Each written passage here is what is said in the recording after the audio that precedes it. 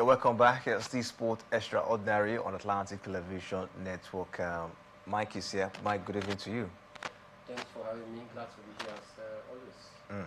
All right, let's take a look at the latest coming from tennis this evening as Emma Raducanu fought back from 5-0 down in the first set to beat Slovenian Kaja Juven in the last 16 of the Australian Open in Romania. In her second match since splitting with coach Francis Roque, Raducanu won 11 games in a row on the way to securing a 7-5-6-1 victory, and she will play Poland Maja Walinska in the quarterfinals of the tournament. Mike, it's been a long time we saw Emma Raducanu in the quarterfinals of a particular tournament. What do you make of this impressive performance, from her? I think it's a great display from Raducanu. Since she's played with her coach, Roy, I think she has played about 10 to 11 games, gaining victory in all of those games. And yesterday was yet another brilliant moment for her, coming from the set down to, of course, one of her opponents. That was a sign of improvement from her. I just hope that she can, keep this going. My only challenge with Emma Raducanu is that when it matters most in some of the big games, you don't really see her competing at the highest level against some of the big names as well, the likes of Iga Swiatek, Arina Sabalenka, Cory Kokokov.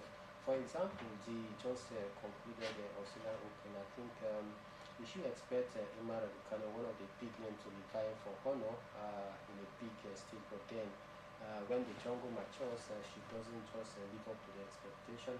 And for me, I think she needs to really improve if she truly wants to get back to that high height where people begin to take her serious. Because it's not just you winning some of these, not well-ranked players, but then when you come up against the highly ranked players, you just can't, step up your game. And this is my worry, although we still have some big Grand Slam coming, talking about the US Open, about the French Open, Wimbledon. This is why I expect her to show her mettle when it matters most. But then, so far so good. I think it was a great comeback from Emma Raducanu. Great comeback down there for Emma Raducanu, and we look forward to see how she can, of course, keep up this momentum. It's really been a little bit of a struggling one, for Emma Raducanu, trying to make sure she put up a very impressive performance. We saw how disappointing it was for her at the Australian Open. But can she build on this momentum? That is what, of course, we look forward to see going forward, for Emma Raducanu at this point in time. You talk about, performance so far. It's really not been that, fantastic. She has been changing coaches, and yet she's not been that fantastic on the court. But now she's gotten to the quarterfinal of the Australian Open. We'll see if she can possibly build on this particular one. But we have to start with from tennis now, as we look at football right here in Nigeria, as Nigeria's third-tier nationwide league. One is set to introduce a new home and away league format for the 2025 and 2026 season, with the competition scheduled to kick off on April 10, 2026. The league's chief operating officer, Olugbenga Ogunowo, confirmed the developments and also revealed that 8 teams will earn promotion to the Nigerian National League at the season's conclusion. The new structure aims to improve logistical efficiency for participating clubs, and Ogunowo explained that teams will be organized into groups based on their geographical location following the current registration period. This approach is designed to minimize travel distances and elevates the financial strain on clubs. He emphasized that the promotion structure remains unchanged despite the new format. As part of the registration, clubs must designate their home grounds, and the NNO will permit multiple teams from the same area to share a single venue, provided the facility meets league standard. Ogunowo noted that match scheduling would be adjusted to accommodate shared venues, with teams potentially playing on different days of the weekend.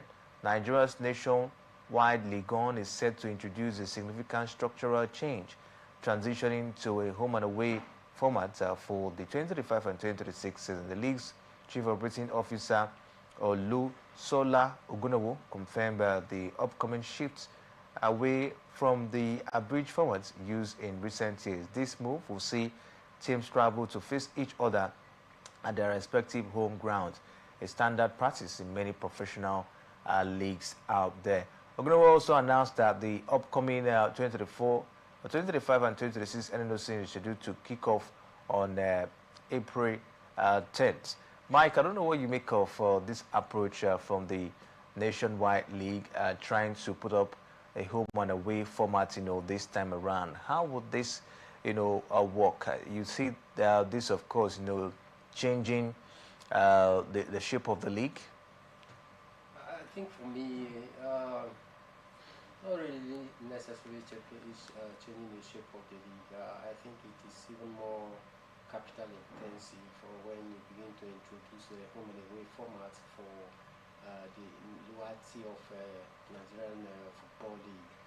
It means that team must, as a matter of must prepare massively for financial obligation, because traveling away from home, what it means. You are going to incur much cost expenditure, because you definitely need to go through the road or through the air, and whichever route you want to take is very capital intensive.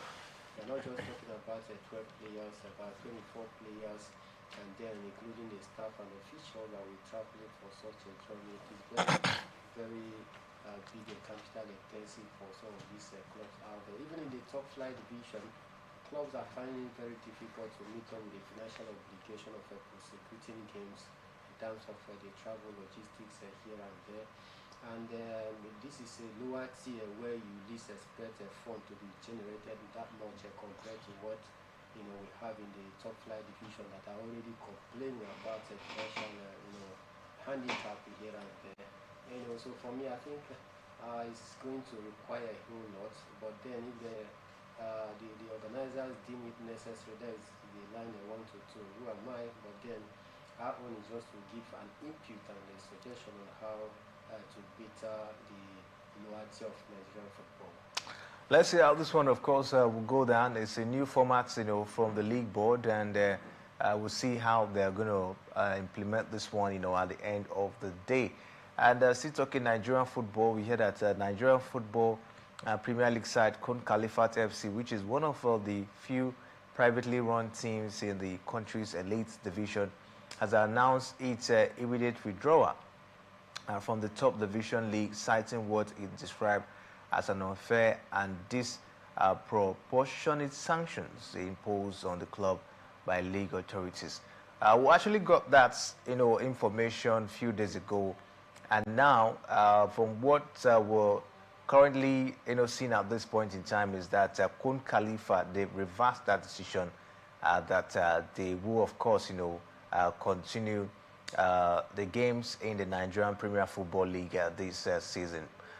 Don't forget, due to the fact that they couldn't honor that encounter against Economy Warriors, they were deducted 3 points and 3 goals as well, and they were fined 10 million naira. But it looks as if things are coming to normal, as we hear that Kun Khalifat has reversed the decision of withdrawing from the Nigerian Premier Football League. Mike.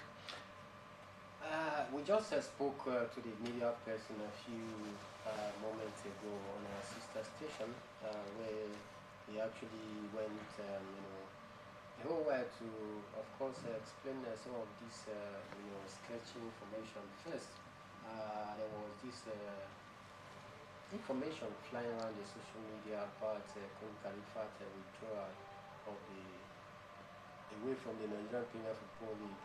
Then again, another rejoin that came up that they've actually bounced back into it. So we're like confused. Which of these two contradicting information are we going to take? Because as a media and a credible media, we need to be very accurate in terms of information dissemination. All right, and it is the reason why we had to reach out to the media officer, to hear from the horse's mouth. And he said that yes, it was true that they had threatened to pull out of the Nigerian Premier Football League, but then less than 24 hours after taking that decision, they are now ready to return back to the Nigerian Premier Football League. And for me, first off, we must properly articulate the reason, alright, that led to that threat, because I call it a threat from the Nigerian Premier Football League board.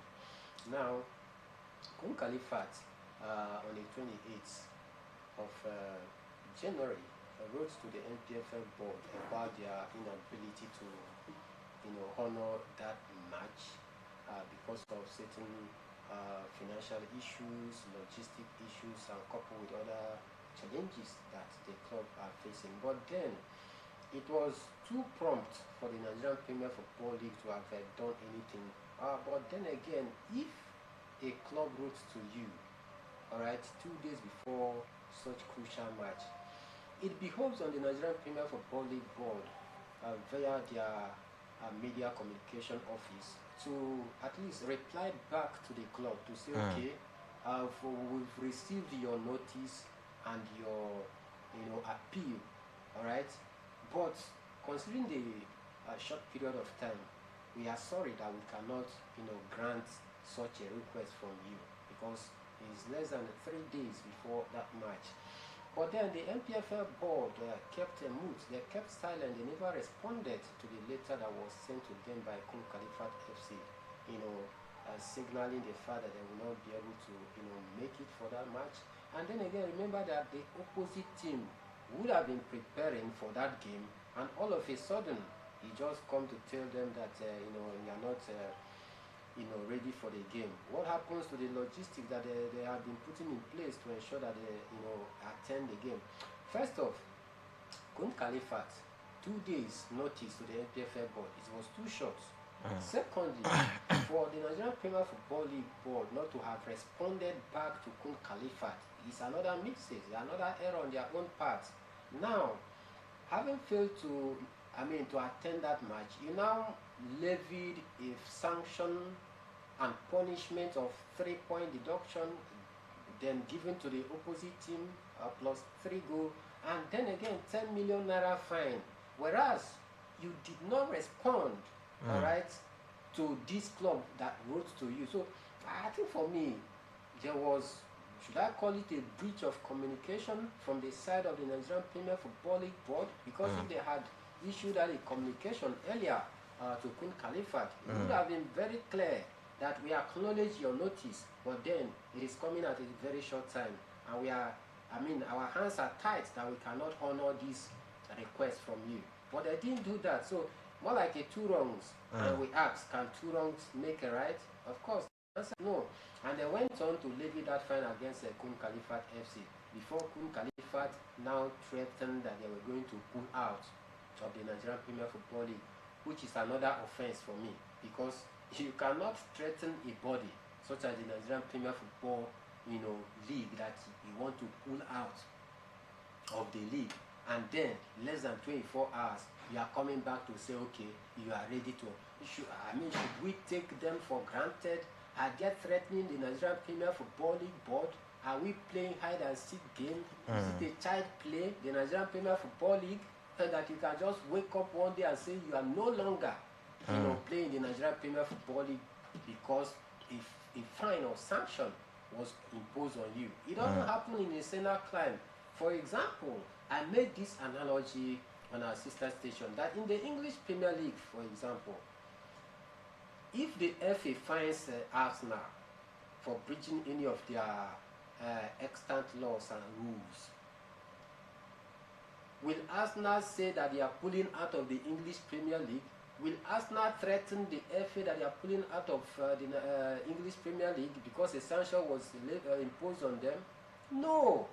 You cannot be threatening a body vested with such power to organize a league, and then less than 24 hours you are coming back, Arsenal He's going to tell the FA that we are ready to come back. No, you don't do that. All right? And then again, the next question now is, because from what we heard from the media officer of Kun Khalifat, he said that they were discussing on a roundtable discussion, and it seems that they are trying to find out the best possible way to resolve all of this. All right? It is the reason why they have resolved to come back into the league. My question should be, if there is a gentleman agreement behind the scene, all right, that the NPFL board has been able to sit on a roundtable discussion to iron out their differences, to say, okay, we accept, your requests and all of that. The question should be, the 3-point deduction from Kun Khalifat FC, are they going to restore back the 3 points and 3 goals? 2, the 10 million naira fine imposed on them, are they going to slash it to half it, call it 5 million or 2 million or probably 1 million?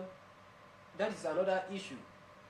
And then again, for the Nigerian Premier Football League board, are they not supposed to take action against Kun Khalifat for threatening to pull away from the league? Will they just sit back and accept them back with ease, with an open arm? Thirdly, what happens if in future occurrence any other team toes this line of Kun Khalifat?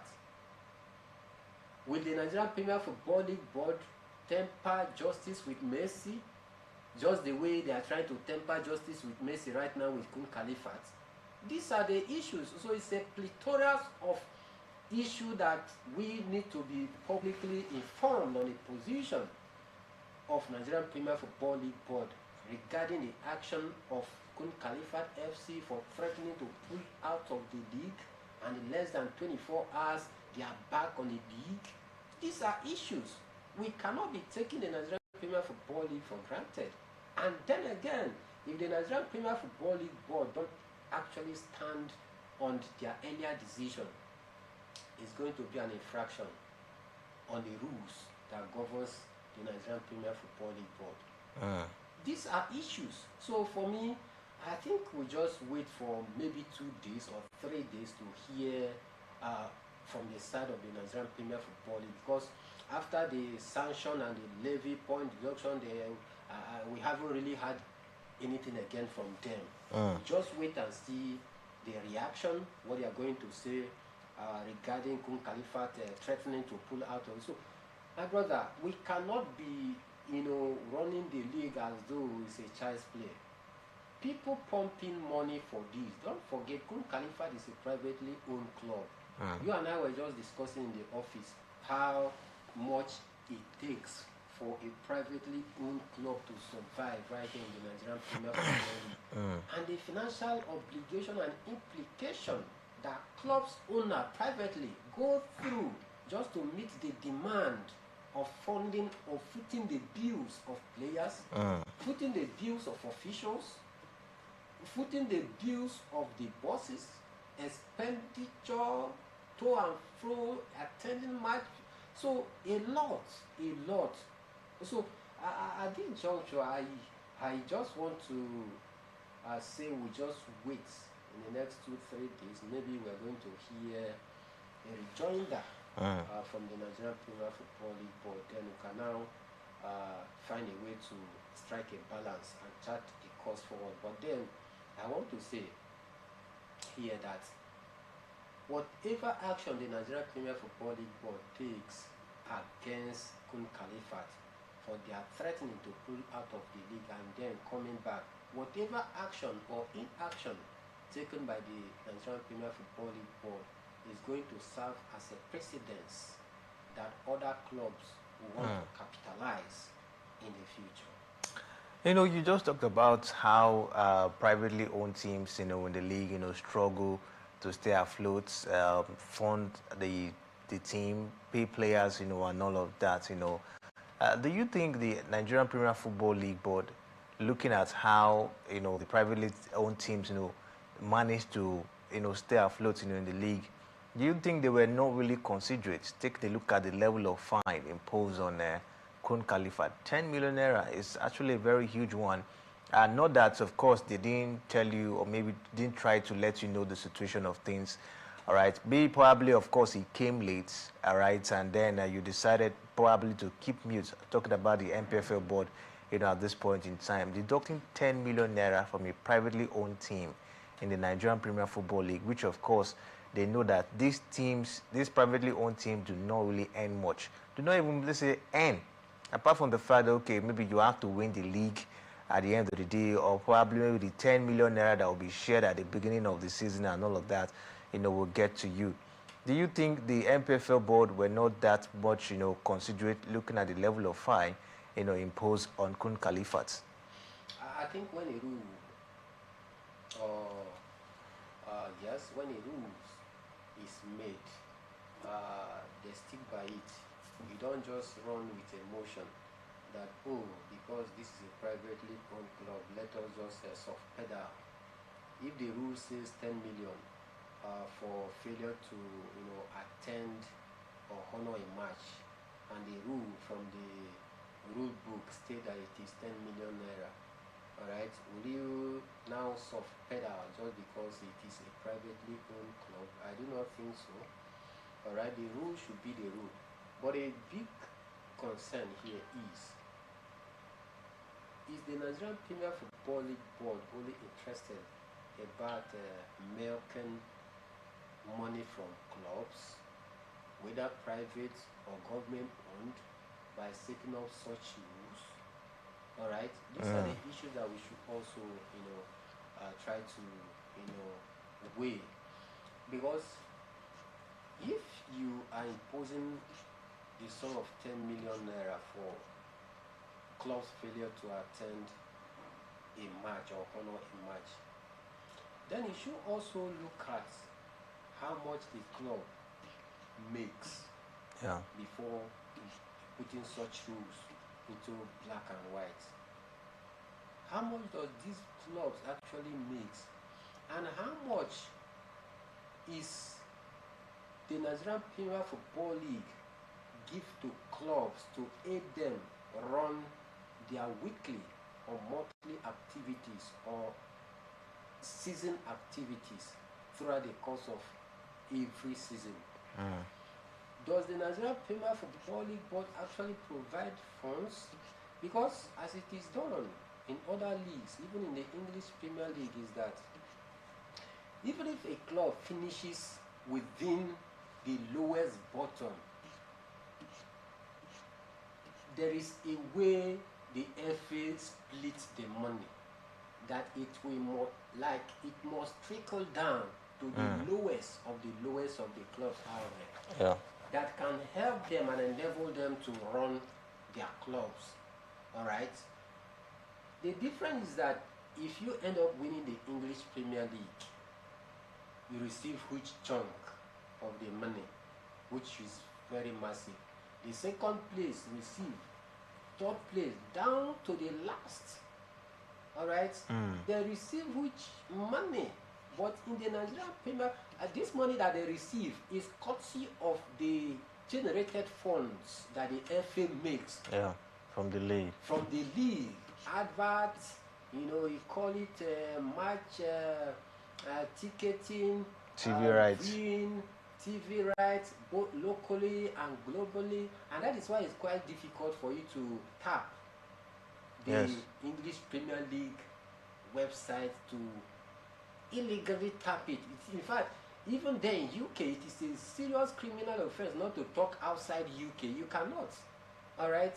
And because this is where they make their money. And when they accumulate all of this money, putting it together, then it's a huge money that when they divide all of this money, it trickles down to the lowest of the clubs out there that even finish within the bottom. And then for the Nigerian Premier Football League, do we actually have this in place to say, okay, this is how much the league board makes every season, courtesy of advert, courtesy of TV rights, local viewership and international, globally, put all those finances together All right, how much did the Nigerian Premier Football League makes per season? All right, how much trickle down to the clubs? You and I know that a club wins it. For example, when Remo Star won the last one, they were given 200 million naira, but we did not hear the last that came from it. How much was given to the second place? Not to even talk about the bottom team. So these are the issues. So my question should be, before the NPFL board could tabulate that rules that state that if a club fails to honor a match, you must pay the sum of 10 million naira. Did they sit back to actually articulate how much a club makes? To actually, be certain that clubs will cover such money without grudges? How much did they give to the clubs to aid them prosecute their season's game?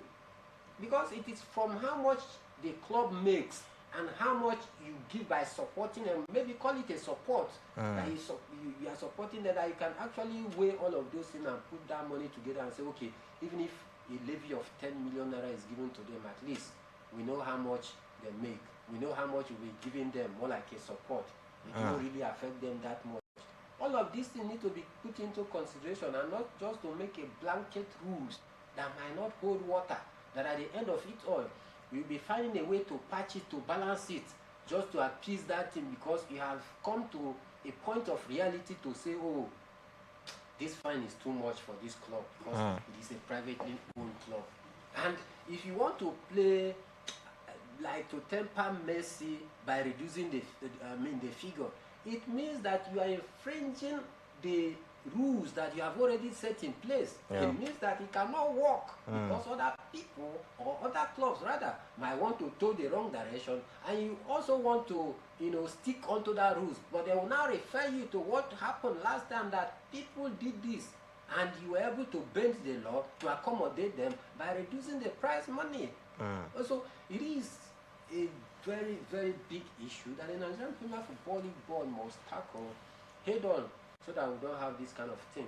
My wish is that we see more of a privately owned club right here in the country. But it's difficult for them to strive, in the league. It is difficult, and yet there's other impediments and challenges, coming here and there, that is even making it very difficult. You and I were talking about some of the clubs privately owned that have come and gone before, just because of how difficult the terrain is for them to strive right here in the Nigerian Premier Football League. We talked about MFM, we talked about the Ifan Ubas of this world that even went as far as acquiring players from Brazil.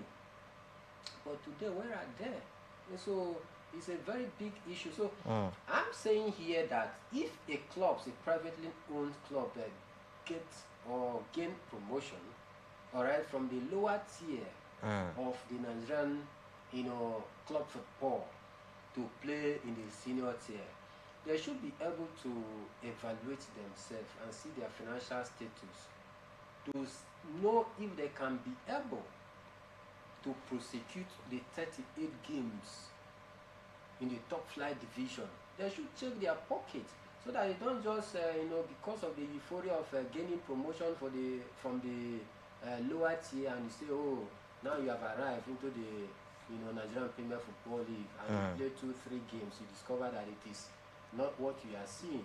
There is more to it in terms of the financial, requirements for you. So if you check that if you gain promotion from the lower tier of Nigerian Premier Football League, that you cannot meet up with the financial obligation of paying players, paying staff and coaches, expenditure, so that you can stay afloat, why not relinquish the sports to other teams that are financially viable, that can carry on with the responsibility, all right, of meeting up with such a financial demand, right? We've seen teams that got promotion, but they weighed the option and saw that they cannot meet up. They had to relinquish it by selling their slots. I think that would be better than for we to come and start making caricature, of some of these clubs, because you cannot say, oh, because of financial impediment, I cannot honor match.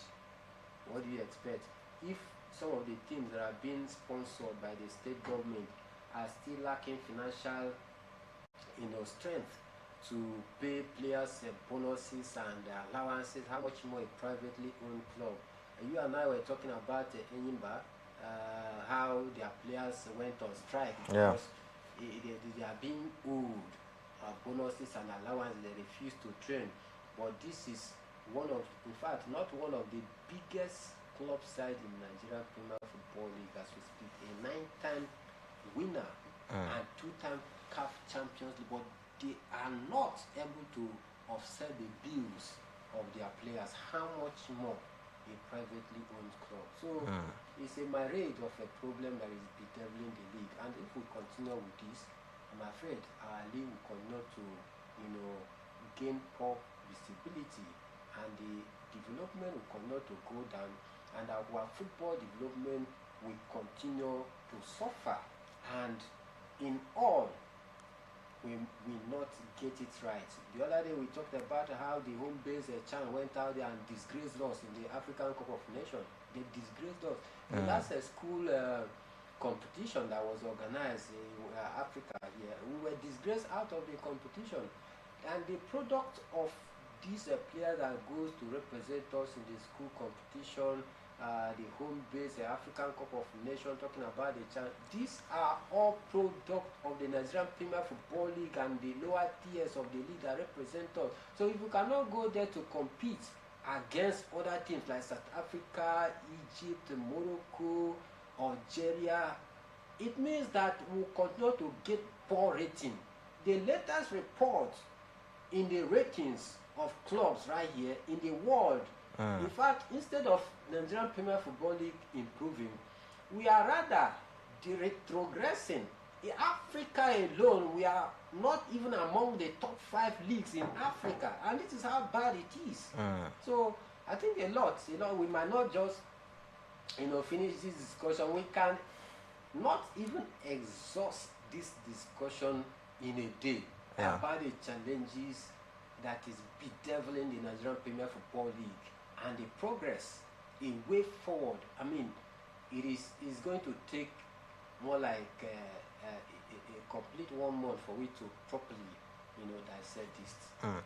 But the thing is, before we stay away from the Nigerian Premier Football League, do you think, the NPFL can be viable? When I mean viable, being a money-making venture, just like, of course, we talk about the Premier League, making money while the season, of course, is on, via TV rights, and adverts, as it stands.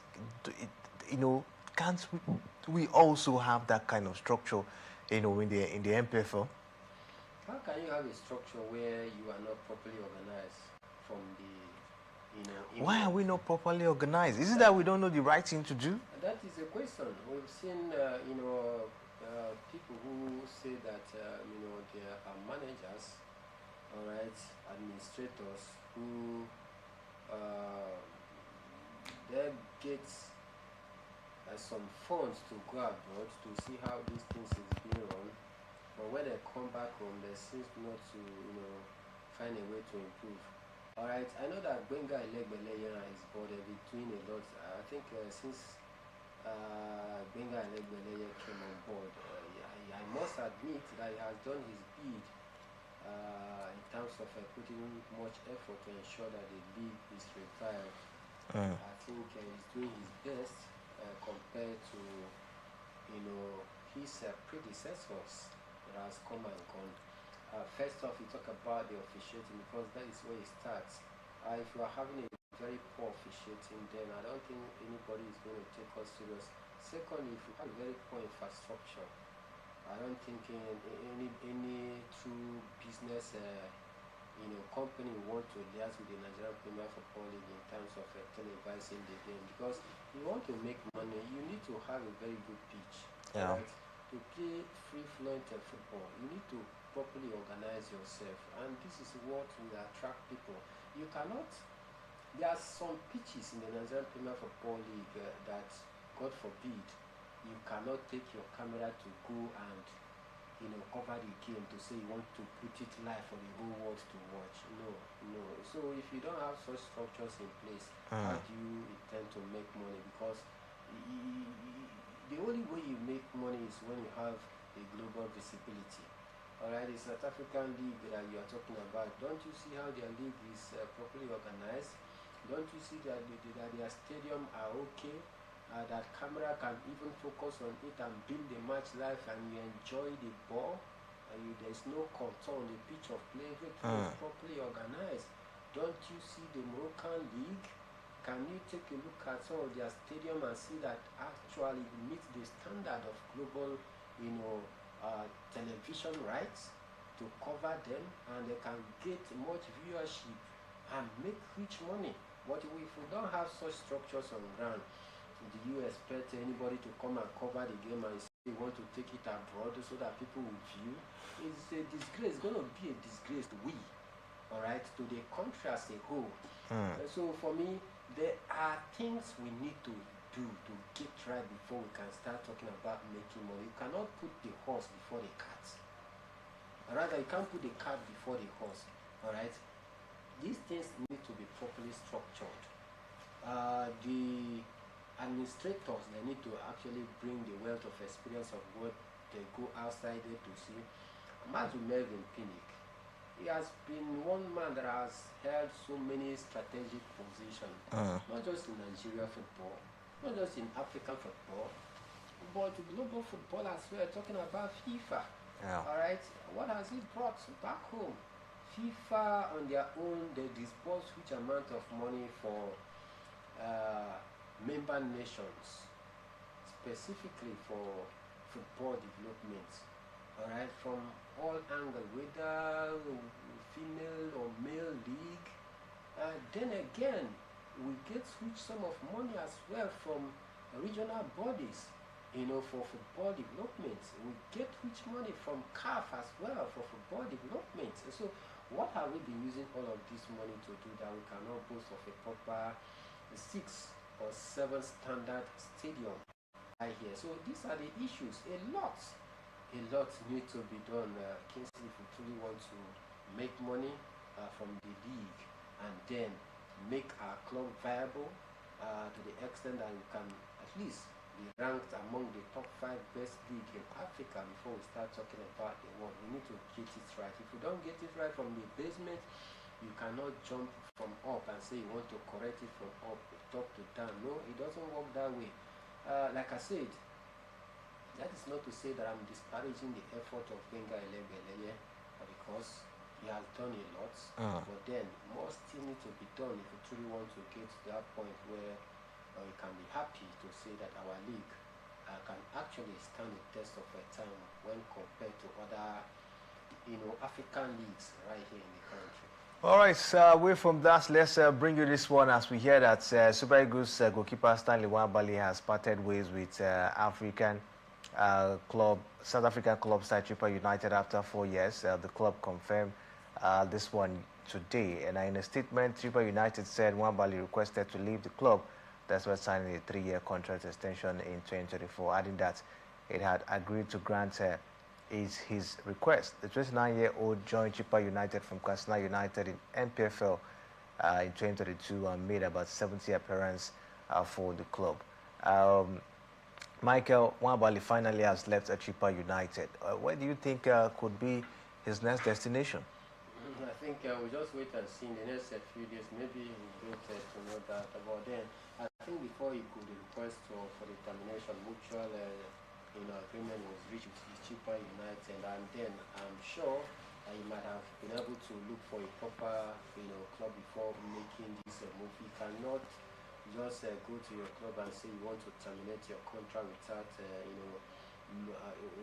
making sure that you already got other offers that are credible and better offer compared to what you are earning at Chippa United. And then again, for Chippa United to endorse that move or agree for that mutual termination of the contract, maybe just maybe they saw that the contract termination can also favor them. Maybe a club is coming and is coming with they are coming with huge money that may probably rub off on a Chippa United for good, and maybe it is the reason why they had to mutually agree to terminate his contract. And then for Stanley Nwabali, I know that he must have gotten another better offer somewhere else before agreeing to terminate his contract. Like I said, we'll just wait and see and a few days, maybe we'll get to know his next direction.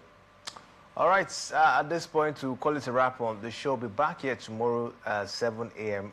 To bring you the latest revolving around the beautiful water sports. Special thanks to Michael for doing justice on the show.